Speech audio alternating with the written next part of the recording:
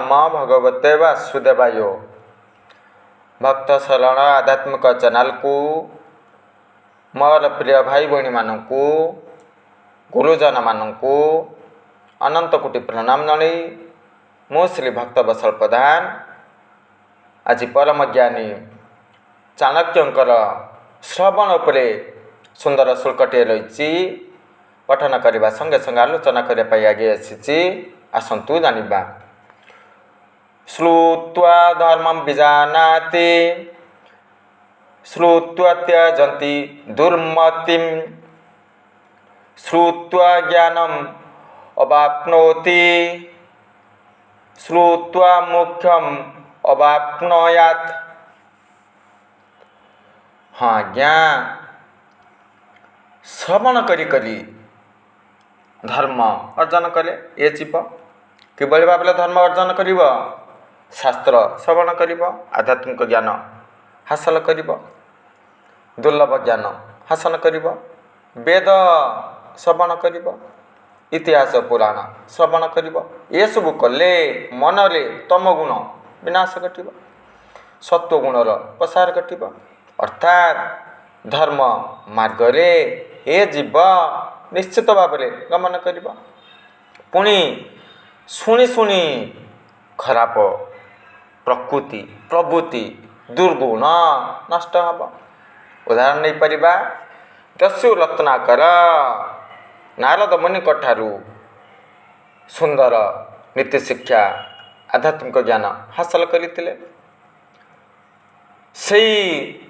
को पथले को मार्गले आगरू चली एबे चलिबे कि परित्याग कले।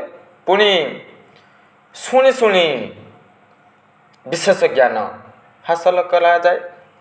देखंतु सुकमुनि कहते परीक्षित धर्मराज महाराज चक्रवर्ती सम्राट ज्ञान हासिल कले। ये सब कथा आपण माने जानिछंती। खटांग राजा प्रसंग रही से अर्जुन प्रसंग रही सुत सौनक प्रसंग रही दुंदुली दुंदुकारी गोकर्ण प्रसंग रही श्रवण करी आध्यात्मिक ज्ञान हासिल करते विशेष ज्ञान हासिल करते पुणी तत्व ज्ञान जीव हासिल कर शुणी शुणी अंतिम पर्याय मुख्य हासिल कर श्रवण मात्रे मुख्य जार अपरे के करु विचार। सुंदर भाव परम विष्णु भक्त जगन्नाथ दास रचना करिसंती। शुणी शुणी ए जीव मुक्ति पाई जाए। नवदा भक्ति रही श्रवणम कीर्तनम विष्णु स्मरणम पाद सेवनम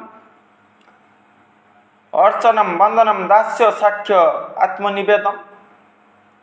देखंतु नवदा भक्ति माध्यम ईश्वर को हासिल करा जाए। आरंभ किए रही प्रारंभिक अवस्था श्रवण रही प्रहलाद गर्भले थिले नारद मुनि ठारू आध्यात्मिक ज्ञान श्रवण करते धर्म पथरे चलिले सत्वगुण को धारण करते ये सब कथा आपण माने जानिछंती। पुणी अजामिला प्रसंग रही जमदूत विष्णुदूत कथोपकथन श्रवण कले ये जीव पुण्य अर्जन करिथाय ज्ञान अर्जन करिथाय। भक्ति मार्गर प्रथम अंग श्रवण मुख्य अटे।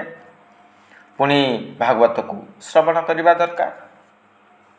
सुंदर भाव श्रवण कले कृष्ण भजन बिना आनंद नहीं गीता पठन बिना आनंद नहीं राम भजन बिना शांति नहीं भागवत पठन बिना शांति नहीं।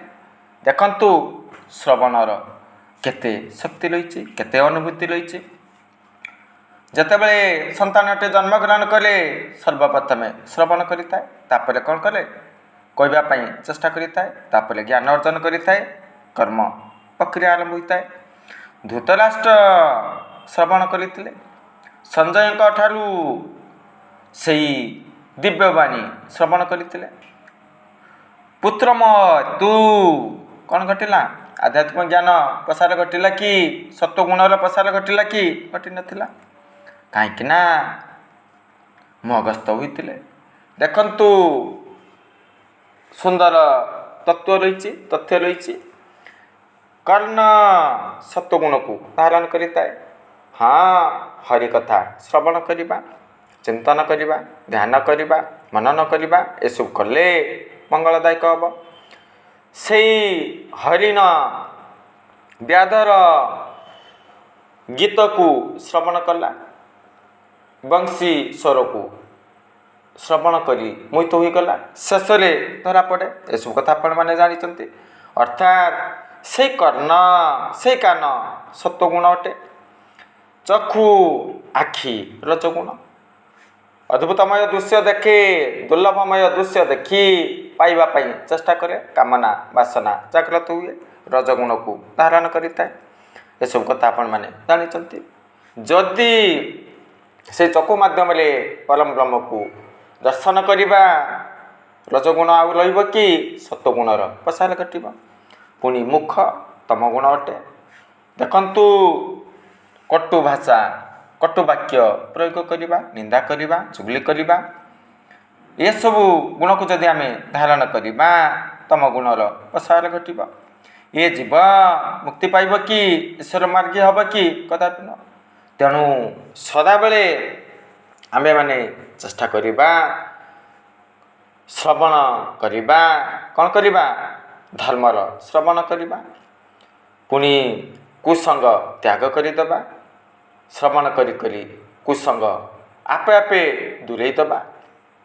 ପୁଣି ଅଦ୍ଭୁତମୟ ଜ୍ଞାନ ହାସଲ କରିବା, ସୁନ୍ଦର ତତ୍ତ୍ୱ ହାସଲ କରିବା, ଜନ୍ମ ମୃତ୍ୟୁ ରୂପକ ଚକ୍ରରୁ ଉଦ୍ଧାର ପାଇବା ପାଇଁ ଚେଷ୍ଟା କରିବା। ଭଗବାନଙ୍କର କୃପା ନିଶ୍ଚିତ ଭାବରେ ହାସଲ କରିବୁ, ଭବସାଗରରୁ ମୁକ୍ତି ପାଇବୁ। ଏହିସବୁ ଶିକ୍ଷା ହାସଲ କଲୁ। ଜୟ ଜଗନ୍ନାଥ।